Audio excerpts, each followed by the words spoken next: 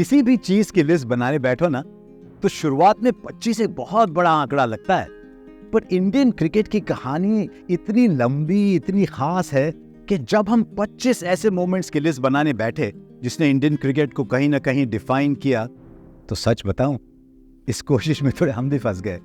लेकिन फिर भी ये एक कोशिश है हमारी तरफ से 1932 से 2024 तक हुए उन 25 ऐसे मोमेंट्स की बात करने की जिसने इंडियन क्रिकेट को कई मायनों में बदला और उसको एक नई दिशा दिखाई।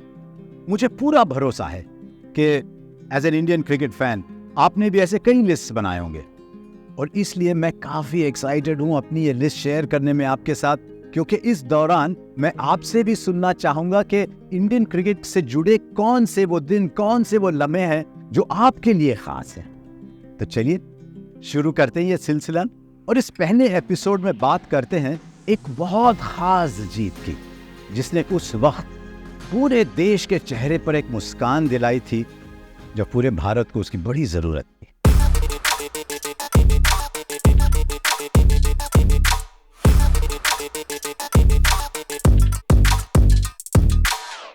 साल 2008 में इंडियन क्रिकेट एक बड़े बेहतरीन दौर से गुजर रहा था। T20 वर्ल्ड चैंपियन का ताज अब भी सर पर था। ऑस्ट्रेलिया में सीबी सीरीज जीतकर धोनी ने यह भरोसा दिलाया कि 2007 के 50 ओवर वर्ल्ड कप में जो हुआ वो अब नहीं होगा और टीम अब एक नई दिशा में आगे बढ़ रही थी। और तो और उसी साल रिकी पॉन्टिंग की कप्तानी में ऑस्ट्रेलिया आई इस उम्मीद के साथ कि 2004 में जो फाइनल फ्रंटियर कहते थे उसको जो पार किया था एक बार उसको फिर दोहराया जाएगा। लेकिन इंडिया ने याद दिला दिया कि 2004 में जो हुआ था वो फिर से नहीं होगा, अब तक नहीं हुआ है। 2008 और इंडियन क्रिकेट की बात कर ही रहे हैं तो आईपीएल कैसे पीछे रह सकता है। इस देश ने इससे पहले एंटरटेनमेंट और क्रिकेट का ऐसा मिश्रण कहीं नहीं देखा था। सचिन और जयसूर्या एक टीम में, पॉन्टिंग और गांगुली एक टीम में, काफी दिलचस्प। इतना कि अचानक से इंडिया दूसरे देशों के खिलाड़ियों के लिए एक फेवरेट डेस्टिनेशन बन गया और सिर्फ एक ही सीजन की पॉपुलैरिटी ऐसी रही कि एक ग्लोबल T20 लीग यानी क्रिकेट की एक चैंपियंस लीग की भी तैयारी उसी साल शुरू हो गई। लेकिन जब यह सब क्रिकेट में चल रहा था तब कुछ लोग अपनी अलग ही कुछ तैयारी में जुटे थे और उसके अंजाम ने पूरे देश को हिला दिया। कुछ टेररिस्ट ने 26 नवंबर को मुंबई में घुसकर देश पर हमला किया।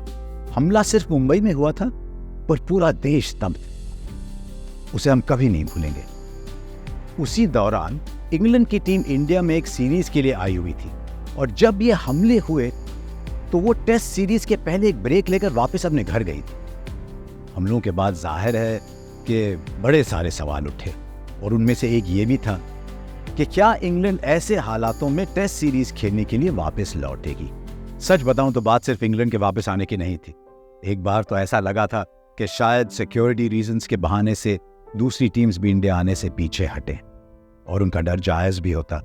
आखिर फॉरेनर्स को निशाना बनाया गया था। चैंपियंस लीग जिसका अनाउंसमेंट बड़े जोर शोर से हुआ था उसको 2008 के लिए कैंसिल करना पड़ा था। सवालिया निशान कहीं ना कहीं आईपीएल पर भी लग गया था। पर ऐसे में केविन पीटरसन की कप्तानी में इंग्लैंड इंडिया वापस लौटी और 2 टेस्ट की सीरीज भी खेली। इसके लिए हमको आभारी रहना ही पड़ेगा। सीरीज शुरू हुई चेन्नई में 26/11 के ठीक 15 दिन बाद और इंग्लैंड अपने कॉन्फिडेंट नए कप्तान के अंडर काफी कॉन्फिडेंट नजर आ रही थी। मैच के पहले 3 दिनों में ऐसा लग रहा था कि टीम इंडिया कहीं ना कहीं अभी भी जो मुंबई में हुआ था उस बोझ को दूर कर नहीं पा रही है और उसी के चलते टीम को 387 के एक पहाड़ पर फतह हासिल करनी थी और वो भी चेन्नई की पिच पर एक क्रिकेटर था जिसको पिच से कभी फर्क ही नहीं पड़ा। वीरेंद्र सहवाग चौथे दिन के आखिरी सेशन में जब आए तब ऐसा लगा मानो मैच चेन्नई में नहीं बल्कि कहीं राजकोट में चल रहा हो। अपने दिल्ली के दोस्त गौतम गंभीर के साथ मिलकर सहवाग ने इंग्लिश बॉलरों की जमकर पिटाई करी।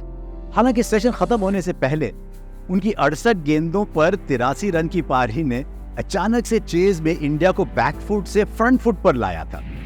387 का पीछा ऐसी आजादी से कौन करता है। 5वें दिन में अभी भी 250 से ज्यादा रन चाहिए थे और जब सचिन तेंदुलकर पेविलियन से निकल कर आए तो सबके जहन में एक बार तो वो 1999 वाला पाकिस्तान का टेस्ट जरूर आया होगा।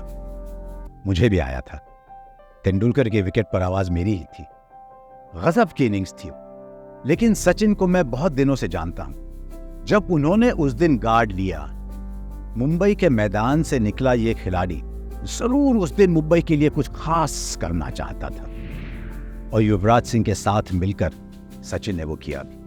5वें दिन के आखिरी 2 सेशन में, जहां पर अक्सर चेपॉ की पिच बिखरने लगती है, सचिन ने ठीक वही कर दिखाया जिसकी उम्मीद भारत को थी, और इस बार आखिरी शॉट से शतक भी हासिल किया।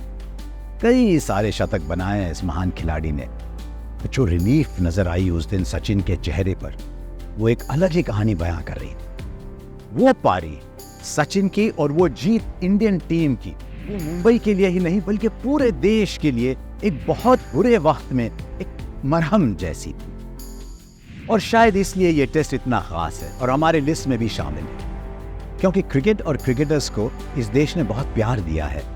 लेकिन कई बार देश उम्मीद लगाता है उन क्रिकेटर्स से कि वो ऐसे माहौल में उनको भी उम्मीद दें। और इस टेस्ट में जिस तरह से टीम इंडिया ने कमबैक करके आखिरी दिन एक रिकॉर्ड चेस किया, जरूर कुछ देर के लिए ही सही, पर देश को थोड़ी राहत तो मिली होगी। खैर, बातचीत तो हो गई। अब जाने से पहले थोड़ा सवाल जवाब कर लेते हैं। 2008 के चेन्नई टेस्ट में इंग्लैंड के एंड्रू स्ट्राउस ने दोनों पारियों में शतक जड़े थे, और फिर भी मैच के अंत में हारने वाली टीम का हिस्सा रहे। 2 दिग्गज भारतीय बल्लेबाजों के साथ कुछ ऐसा ही हुआ है। किन 2 महान बल्लेबाजों की बात हम कर रहे हैं, ये मुझको आप बताएं अपने कमेंट्स में। अगर आपको ये श्रृंखला पसंद आ रही है तो इस सिलसिले में हमसे जुड़ें और इस चैनल को सब्सक्राइब करें।